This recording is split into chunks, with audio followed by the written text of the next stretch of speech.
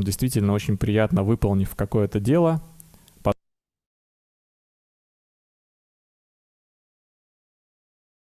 еженедельного планирования.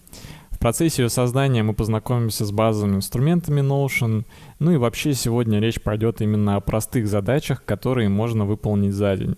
Видео подходит для новичков, даже если у вас вообще нет пока что опыта в Notion.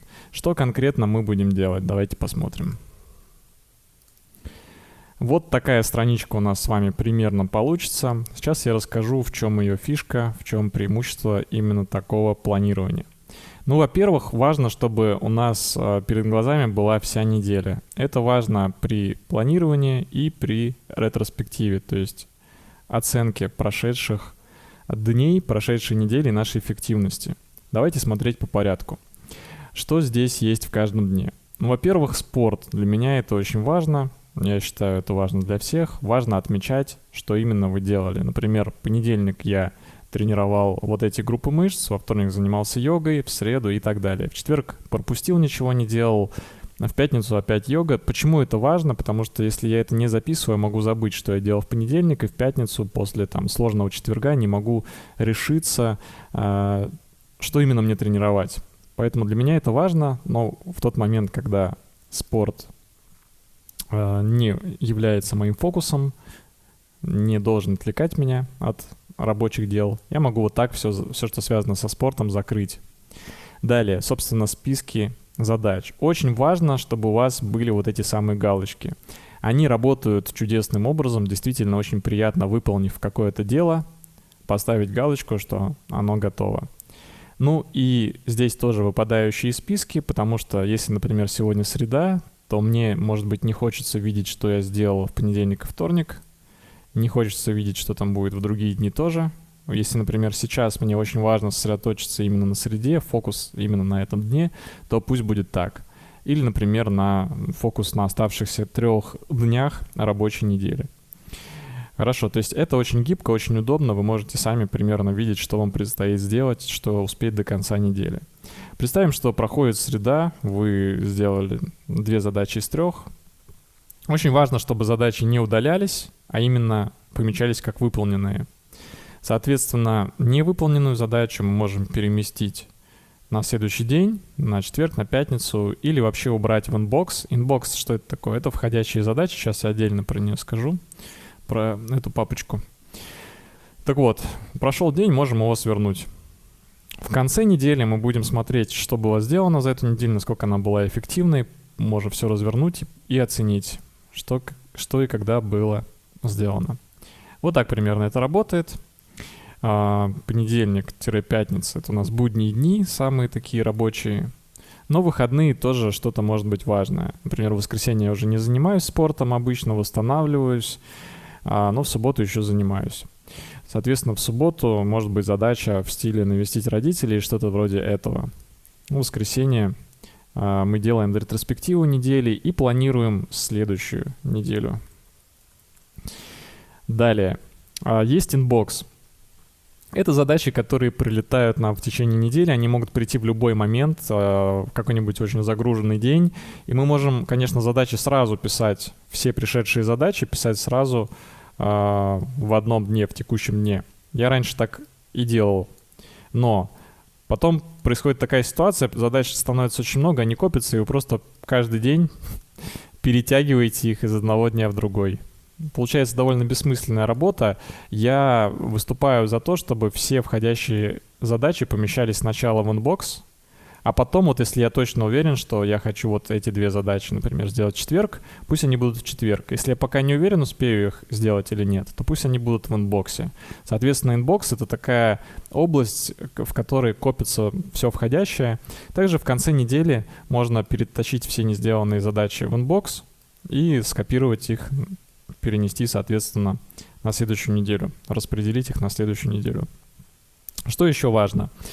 Есть notes, заметки. Видите, у меня здесь совмещен английский и русский язык. Мне так удобно, но вы можете сделать так, как удобно вам. Мне важно, чтобы мне не нужно было открывать какое-то дополнительное приложение. Все здесь в Notion, все у меня перед лицом, все на глазах. Если какие-то возникают вещи, которые я пока что не могу отнести к задачам, просто какая-то пометка, я не знаю когда, но мне должен прийти возврат за наушники, мне главное это проконтролировать. Я могу записать это здесь. Далее важный раздел «Люди». Люди — это те мои друзья, знакомые, с которыми я встречался за неделю. Я работаю удаленно, часто мало контактирую с другими людьми в течение дня. Общение очень важное, поэтому я стараюсь, когда оно есть, общение сделать его максимально качественным. Я его планирую и смотрю потом в конце недели, с кем я за неделю пообщался. Соответственно, это очень важно понимать, что мы являемся среднестатистическим из нашего окружения существом. То есть скажи мне, кто твой друг, я скажу, кто ты. Важно фильтровать общение, важно делать его качественным, и я обязательно помечаю, с кем я за неделю увиделся или с кем хочу увидеться. Соответственно, вот и все. Это такая базовая совершенно настройка, простая. Сейчас посмотрим, как ее сделать самостоятельно, потому что можно, конечно, это скопировать просто нажатием одной кнопки, но мы посмотрим, как именно это создается шаг за шагом. Итак, я нажимаю «Создать пустую страницу». Июль, 12-18, соответственно, я пишу числа, начало недели и конец недели. Можно выбрать какую-то иконку. Это на самом деле не имеет особо никакого значения. Если месяц не особо солнечный, я могу вот такую иконку поставить. Это просто для вас, чтобы вам было приятно работать. Далее я создаю понедельник. И могу здесь выбрать размер. Как вам нравится. Можно заголовок 3-го уровня сделать. Далее можно сделать вот так линию, поставив несколько тире. Ну и выпадающий список у меня был сначала спорт. Превращаем выпадающий список. И затем сами задачи. To do. Можно написать задачи, можно написать to do. Как вам нравится. Здесь я буду размещать спорт и задачи. Здесь можно выделить цветом, сделать такую область. Опять же, это чисто дело вкуса, мне просто так нравится.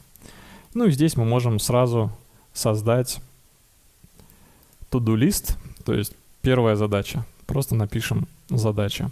Хорошо, у нас есть первый блок. Теперь нам нужно его скопировать 7 раз. 2, 3, 4, 5, 6, 7. Также у нас будут заметки. Так, внутри них ничего не будет. Просто пусто. У нас будет inbox. Здесь не будет спорта, будет просто список задач. И у нас будут люди. Я скопирую вот эту часть. Опять же, чисто для красоты можно добавить иконки, можно не добавлять, но довольно прикольно, когда все выглядит симпатично. Для заметок у меня вот здесь уже есть такой листочек. Для людей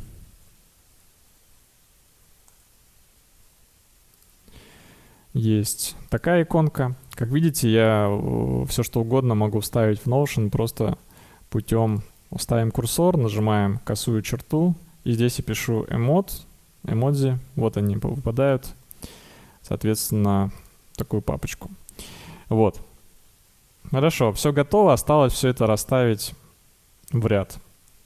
Также надо переименовать дни недели: понедельник, вторник, среда, четверг, пятница, суббота, воскресенье. Вы можете написать полностью, можете написать так, как вам нравится.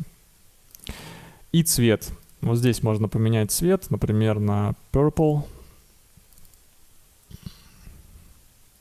Теперь выделяю и при помощи горячих клавиш. Вот здесь можно посмотреть горячие клавиши вашей операционной системы для скорости.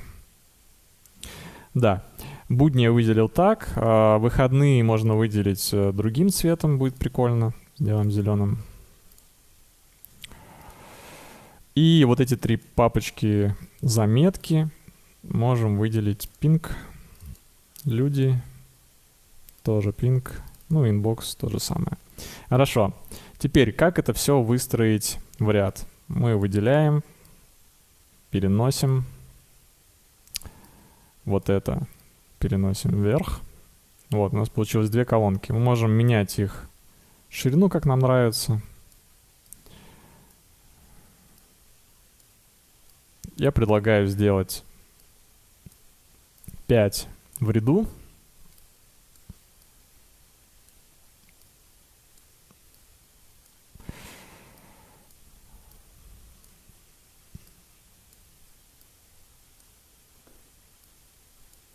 Так, inbox поместим вот сюда. Хорошо. И здесь также вы можете нажать на эти 3 точки и сделать полную ширину экрана, сделать мелкий текст. Ну, я оставлю крупным, чтобы вам было лучше видно. Хорошо, мы создали базовую структуру. Теперь самое время написать какие-то задачи. Вот здесь прямо открываем, пишем на понедельник. У меня в понедельник летучка IT отдела. Принять посылку. Записаться к врачу. Записать видеоурок.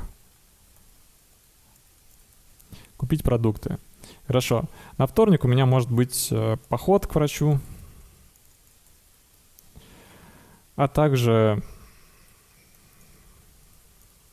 корм животным. Ну и так далее. Соответственно, в понедельник я мог позаниматься йогой. А во вторник спина, бицепс, ну и так далее. То есть для меня важно отмечать, что когда я делал, в среду я мог пропустить, и в четверг, соответственно, смотрю, так, что еще на этой неделе не делал, могу сделать пресс. Соответственно, вот так я помечаю, могу свернуть, если мне это сейчас не актуально. Ну и по ходу дела я оставлю галочки на выполненных задачах. Очень важно задачи выполненные не удалять, а именно ставить галочки. Во-первых, вам будет приятно, вы будете видеть и чувствовать такое выделение дофамина, радость от выполненной задачи. Во-вторых, соответственно, то, что не сделали, можете перетаскивать на следующий день. Или перетаскивать, вообще не знаю, когда я в ленту поеду, сейчас столько дел на этой неделе, поэтому перетащу в инбокс. То есть если я не знаю, когда именно я поеду в ленту, я перетащу это вот сюда. Также в течение дня я заметил, что надо заказать воду, она почти кончилась.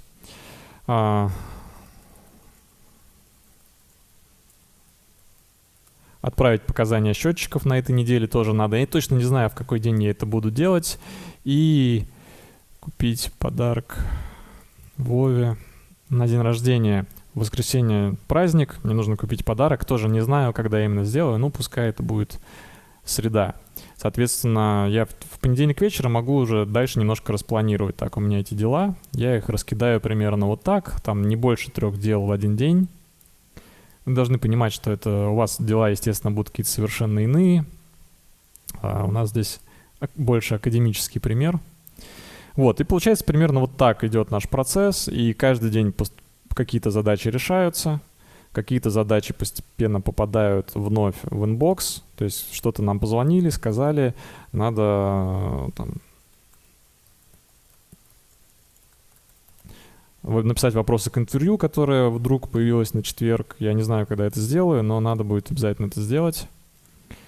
Вот, соответственно, я кидаю это в инбокс, а потом во вторник вечер, опять одна невыполненная задача, я ее могу перетащить на среду, на четверг, или я думаю, не, я этим в пятницу займусь, много дел, вопросы к интервью, это уже срочно, помечу вот сюда в среду первым делом. И вот так примерно идет наша неделя. Соответственно, в субботу мы можем, задача может быть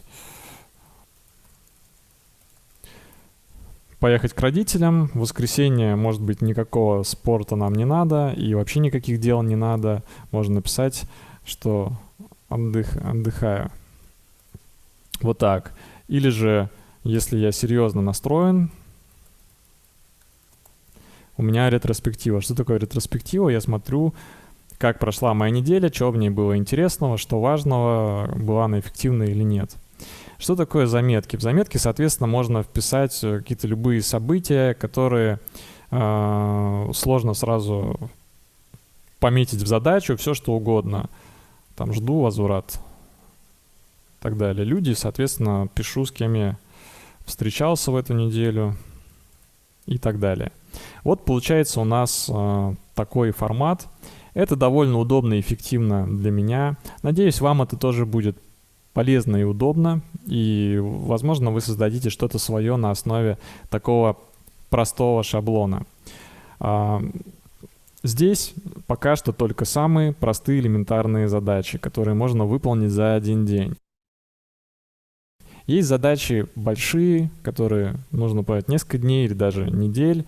Для этого существуют базы данных и прочие более сложные и интересные инструменты Notion, о которых мы с вами узнаем в следующих уроках. Пока что на этом все. Спасибо вам за внимание и пока.